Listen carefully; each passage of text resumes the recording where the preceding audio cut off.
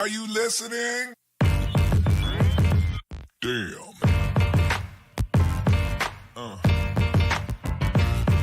Yeah.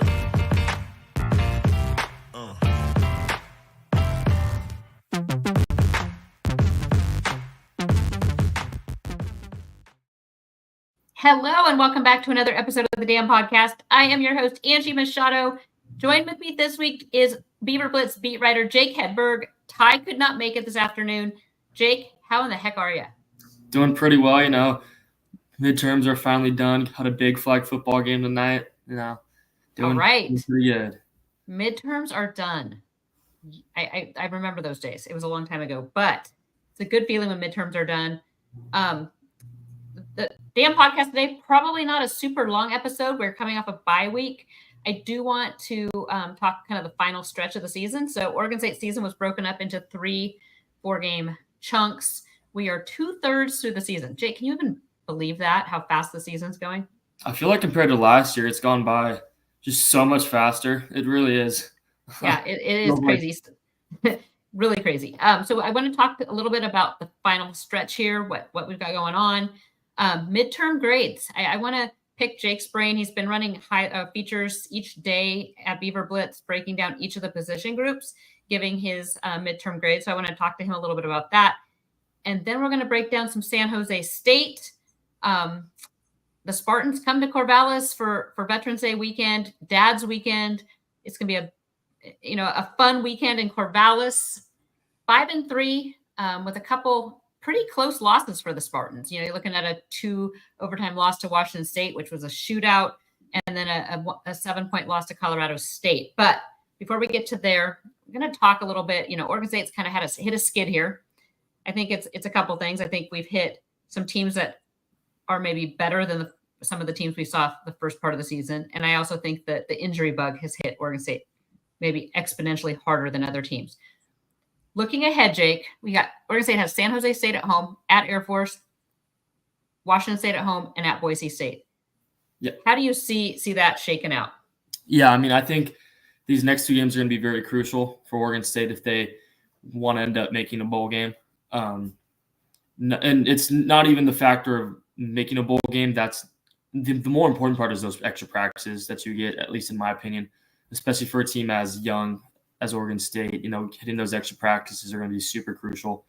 But these are by far the 2 most winnable games left on the schedule. You have 2 top 21 teams in 12th ranked Boise State, 21st ranked Washington State. This is a San Jose State team that's not a pushover at all, though. Very well coached team. Ken Himatalu is one of the best coaches in the country. He won at Navy. He's winning at San Jose State. He's a great coach. So this Saturday is going to be a super tough test, but they really need to get these next 2 games. Yeah, I agree with you. I know Ty's been very vocal about that, in that it's not so much making a bowl game. It's about those extra 15 to 15, 16 practices that the Beavers could get.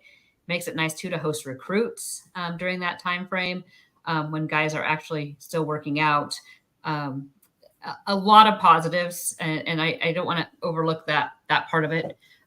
Is probably the biggest piece right now, since Oregon State is sitting 4-4, needs 2 games to get bowl eligibility, and if they do get to 6 wins, realistically, the bowl game is not going to be a big New Year's Day bowl. So it comes down to those extra practices.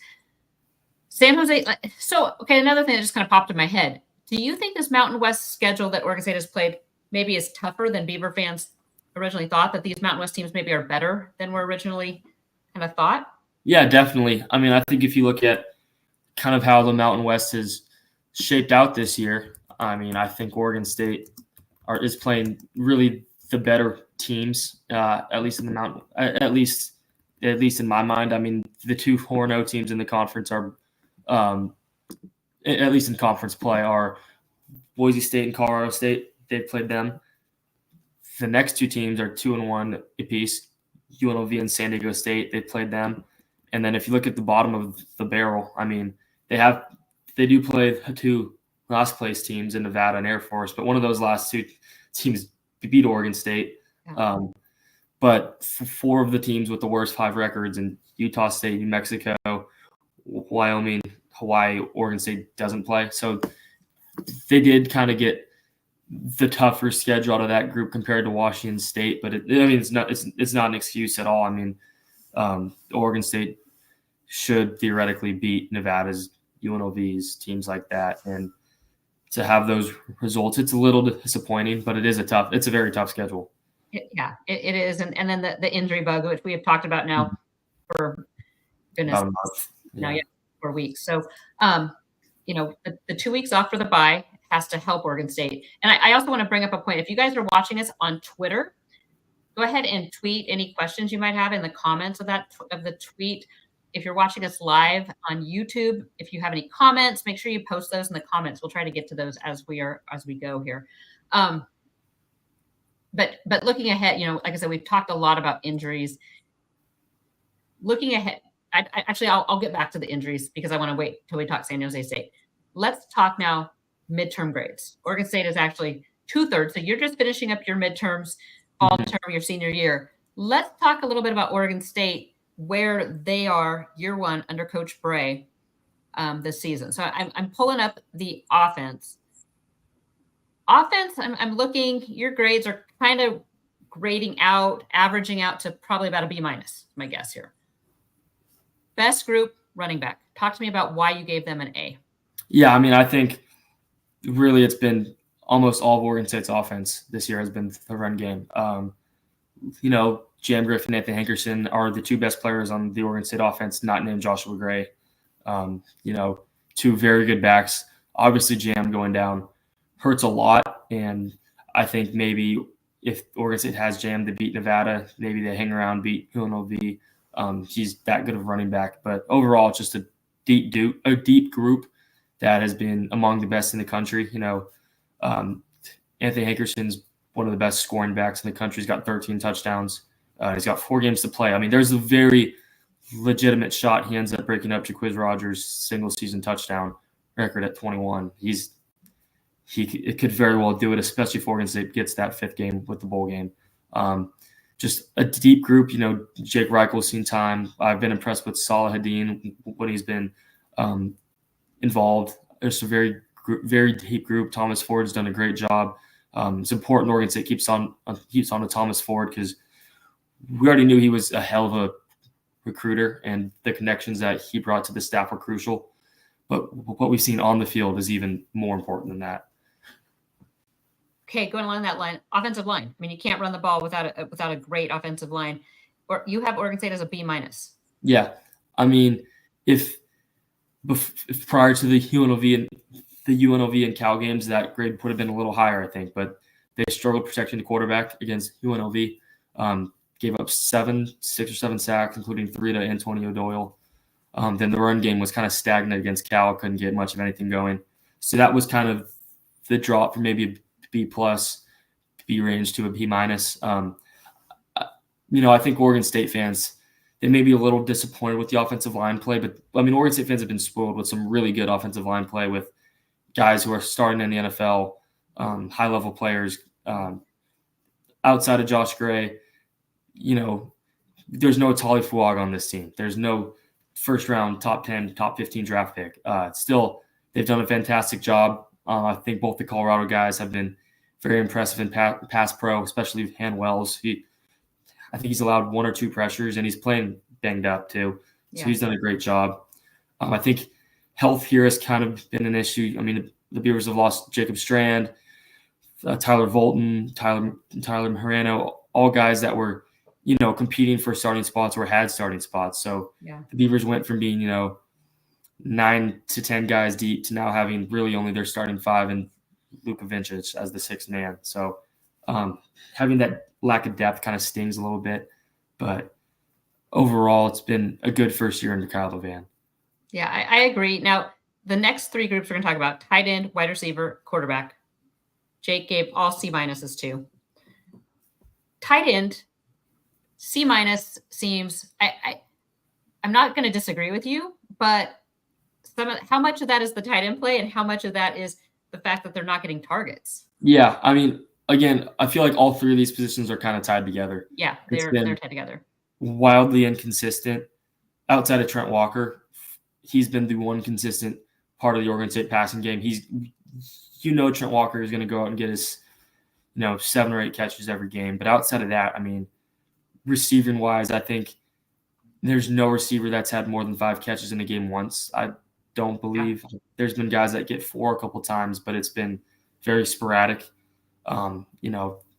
It's been a lack of that second option, and it's not just on the receivers and tight ends. Part of it's on the quarterbacks. Yeah, it's kind of a package deal. I mean, they're all interconnected.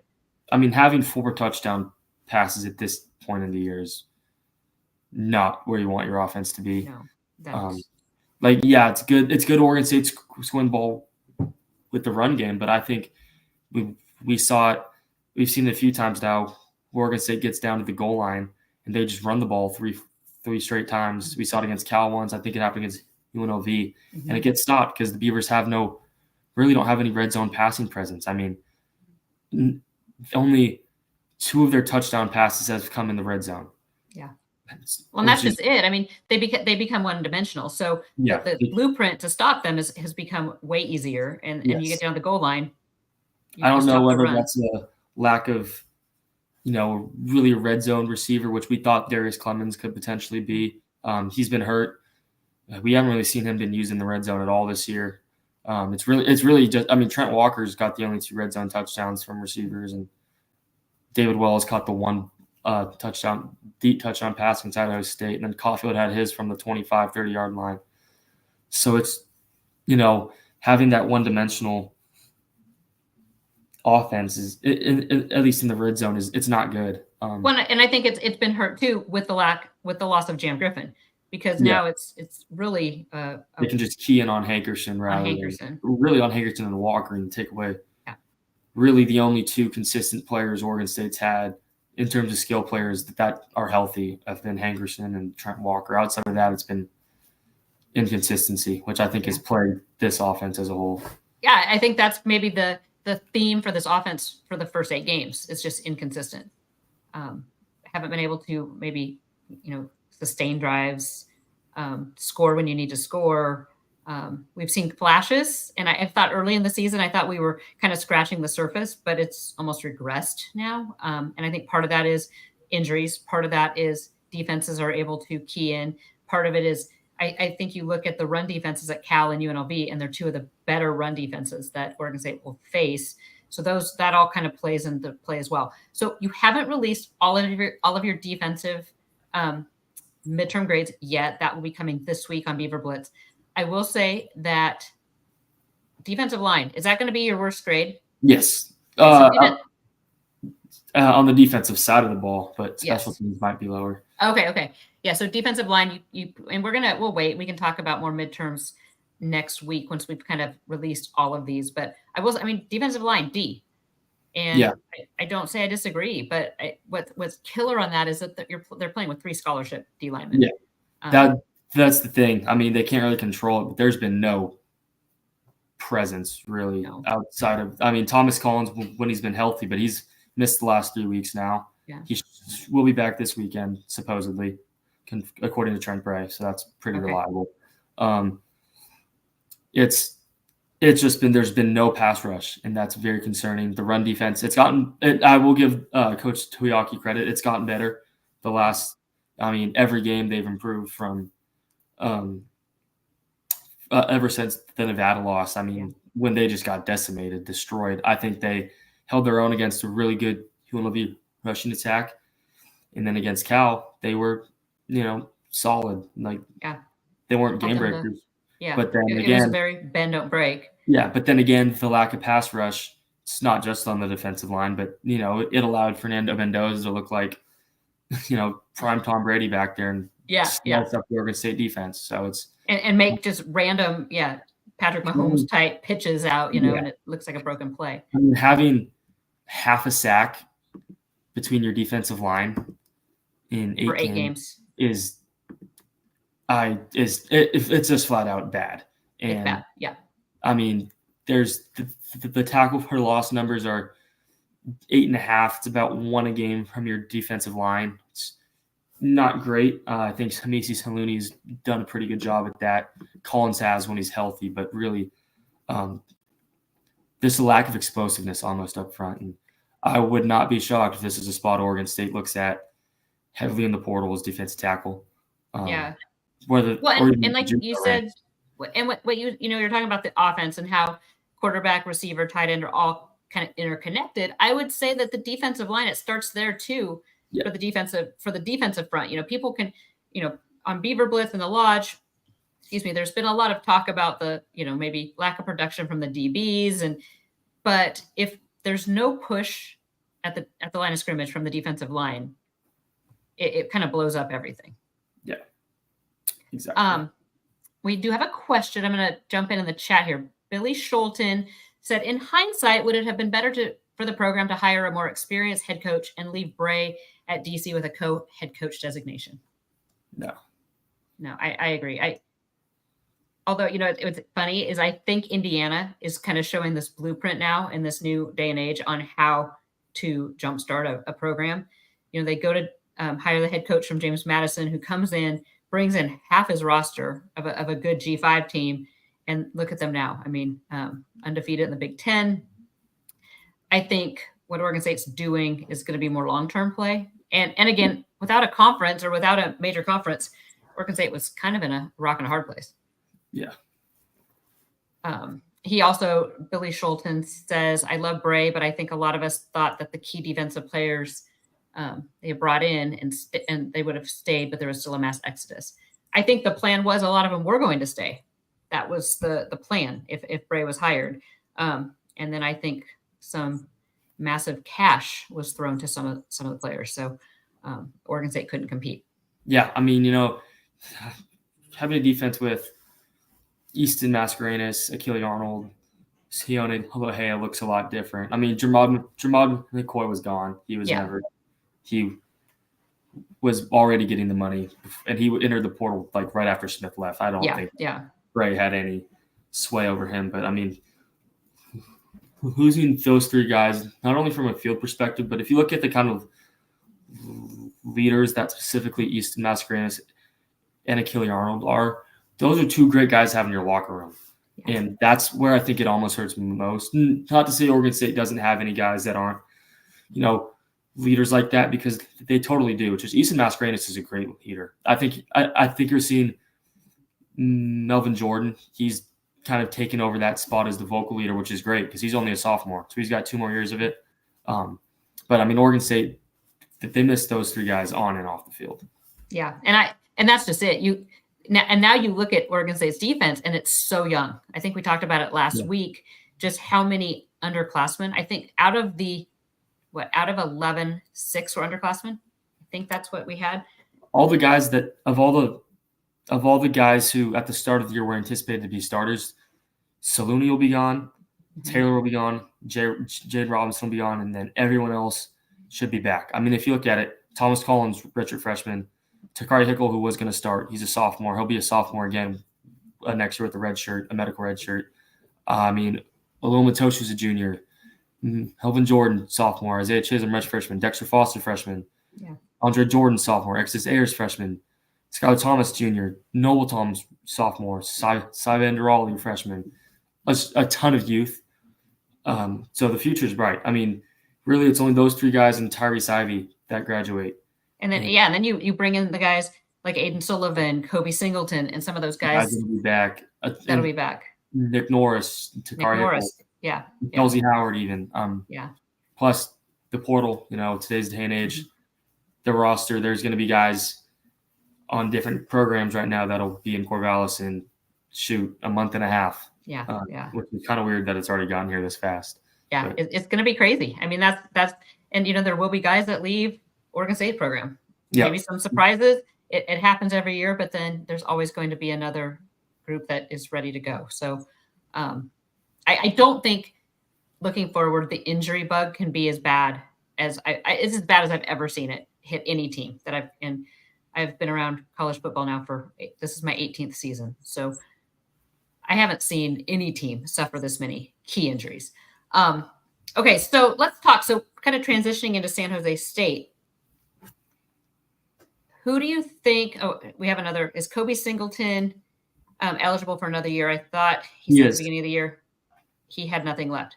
He is. Yes, he'll be back next year. In fact, I believe he's redshirting this year. So that's the plan. We have, how does our new, we have Beavs for life. How does the new 4-star QB commit fit into the mix and or help transform our team for next year? Is that Deacon Rose or Well, Tristan? yeah, Rose is the 4-star. He's a 26, so he's a junior right now. Tristan Tia is not quite a 4-star. Yeah, I mean, I think Rose is going to be a huge factor in the future. He's a great recruit. I mean, he was Oregon's number 226 guy. He was a great player. Tristan Tia, same way. He's a highly rising player. He's going to come in and compete right away. Yeah. Okay, so let me pull. So we want to transition now to San Jose State. I want to talk to Jake about who is going to be joining, maybe hopefully coming back now with a 2-week off by 2 weeks of rest. Do we know who's coming? Who will be back? I mean, Jaden Robinson, Thomas Collins. Anybody else you're hearing? Those two, potentially Hakai Saez as well, who's missed the last three games now. I've heard concussion protocol, so hopefully he's doing better. Yeah. Collins and J-Rob expected to be back, which really, I think those guys are huge. I mean, we'll touch on San Jose State some more, but Nick Nash is one of the best receivers in the country, and Oregon State is going to need Jaden Robinson because he's Oregon State's best. He's their best cornerback, and otherwise, I mean, it could have been, Nick Nash going up against a true freshman in Nexus Ayers, who, don't get me wrong, is a great player. He's going to have a hell of a career, but having a true freshman go up against one of the best receivers in the country is usually not a good thing. So hitting a 7th-year senior who's played a lot of football, who's Oregon State can trust and count on every snap, getting him back is huge. That'll be big time. And then Thomas Collins, again, the pass rush.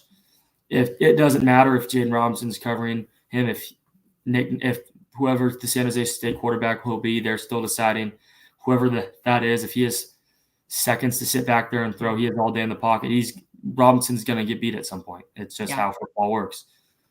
So having Collins will hopefully boost the interior pass rush some more, kind of throw either Emmett Brown or Walker Egate off their game, and then just cause some havoc. Yeah, I think so. Let's talk about San Jose State. First of all, 2 weeks ago, we have a question here. Mike Dog 49. Can we assume Jam is gone for the season? I think that is a fair assumption. Trent Bray has not said anything specifically. Jam has not said anything specifically, but I think at this point, it is a longer-term injury, and I'm not sure exactly when we will see him back. Okay, so first of all, let's go back 2 weeks because it's been a while, and I think a lot of people tried to kind of forget about Cal. But we saw a quarterback change in the Cal game. So Giovanni McCoy was struggling to move the ball. We saw Ben Goldbranson come in. Didn't do a ton, move the ball some, did get a late touchdown. What are you hearing? Do you think Oregon State goes with Ben Goldbranson this week? I think what matters to Oregon State most at this point is to win these next 2 games and get to that bowl game. And I think Oregon State might have more trust in Ben Goldbranson. Trent Bray was here when Ben Goldbranson won 8-7 games, however many it was. Coach Hinton was there. John Boyer was here. A lot of guys. I mean, Tristan Jebby even was here. Heck, but I think they have the trust in Goldbranson. He's a proven winner, and I think ultimately he's going to be the guy that gets the nod. To me, it kind of feels more like a McCoy versus Goldbranson rather than. I think Jabari Johnson has a chance, but I would assume it's going to be either McCoy or Goldbranson. And I just tend to lean towards Goldbranson because he's won with the Beavers before. That's the most important thing to the staff right now is getting to a bowl game. Yeah. And I think Goldbranson. But they've now had 2 weeks to kind of reevaluate and maybe open up that competition. So Bray said there'll be no decision that'll be made till Thursday. So I this is just my guess.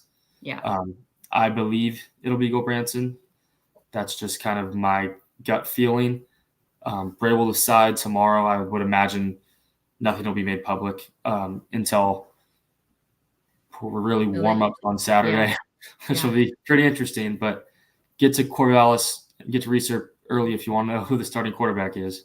Yeah, and even then it might be kept a little, if we're just seeing them kind of warm up on the sideline. Yeah, I think the key will be which quarterback's working with Van Wells and snaps pregame. Yes, that is always a good indicator.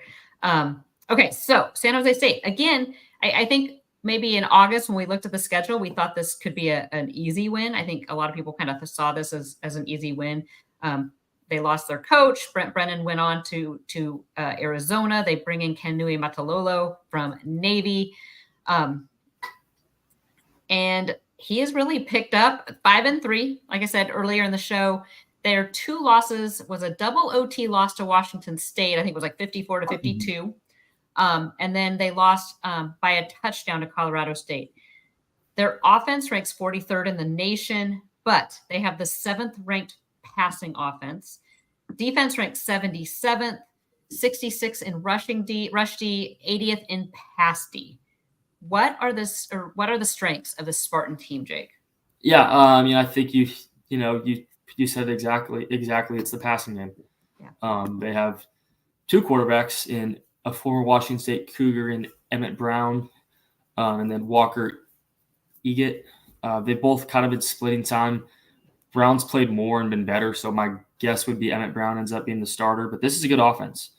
They have some really good receivers, Justin Lockhart, and then obviously Nick Nash, who is a legitimate contender for the Bolitnikoff Award. He's just a stud. They have 2 good backs as well. I think Floyd Chalk's one of the better running backs in the Mountain West, so that could present some issues for Oregon State. And again, the Beavers have played, some of the country's interception leaders in their last 2 games now, and this is the 3rd one because this is a defense with 13, 14 interceptions. They have a really good safety in Rocket Rahimi, who has 4 picks. He's a Liberty transfer where he played with Kobe Singleton last year. And then also 2 really good linebackers in Cobbs and Pollard. So it's really just a good team. So Oregon State's matchup, if Oregon State's going to try to run the ball, do you think they see any success there? Yeah, this is not a great run defense. This is where it kind of it favors to Oregon State there. This is where I think Oregon State's going to come out and run the ball a lot with Hankerson and Sala. Even get hopefully a Zach Card, fly sweep type deal involved. I'd like to see that. It's worked when it's been used with Zach Card. I don't necessarily get using it with other players. I think Card and David Wells are kind of your 2 guys to run that with, just because they've got the most pure speed. We saw Card run it really well against Purdue on that touchdown run he had. Or was that Colorado? Yeah, Purdue. It was Purdue. So, yeah, I'd expect a lot of run game early, and then hopefully that kind of opens up the passing game and allows Gulbranson, Giovanni McCoy, Jabbar Johnson, get them going, and then just open the game up for Oregon State offensively. Yeah, it's gonna be interesting. I like the matchup, however, with Oregon State secondary, especially if Oregon State does get Thomas Collins and J. Rock back. I think that bodes well for Oregon State. How do you see this one playing out? Yeah, I think Oregon State hits it done. I think if this game was in San Jose, it might be a little more iffy, but I haven't put in my score prediction yet. I haven't really nailed down a final score, but I do think Oregon State comes out on top. I think having what should be a pretty full stadium and a good atmosphere, it's parents' weekend, dad's weekend, whatever you want to call it, in Corvallis, it should be rowdy. It's an early kick, so I would imagine a lot of the older folks will probably make it out for this one as well. Having it at Reese was huge.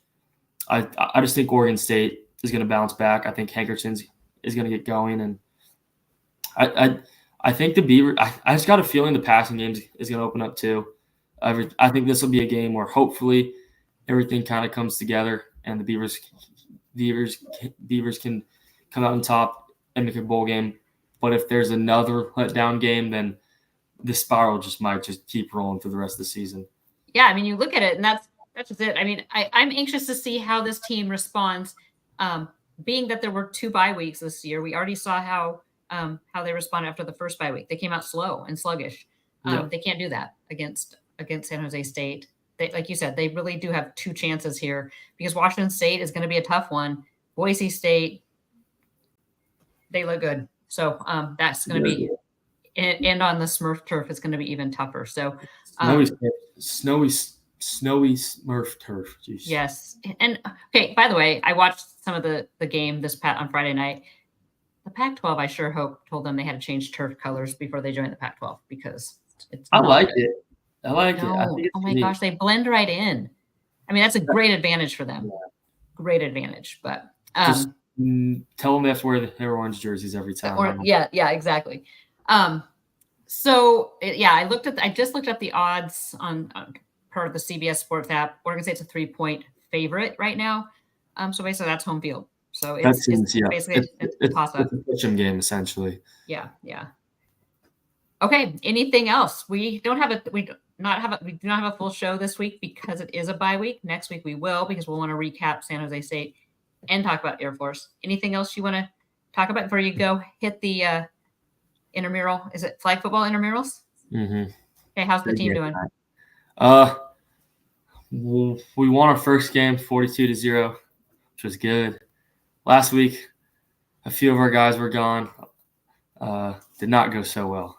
So okay, well, here's hoping we bounce back. It's a bounce back game for Jake's flag team. It's a bounce back game for Oregon State. Jake and I will be back next week, maybe with Ty. Ty just had a commitment come up. So I'm Angie. He's Jake. Join us next week for another episode of the Damn Podcast.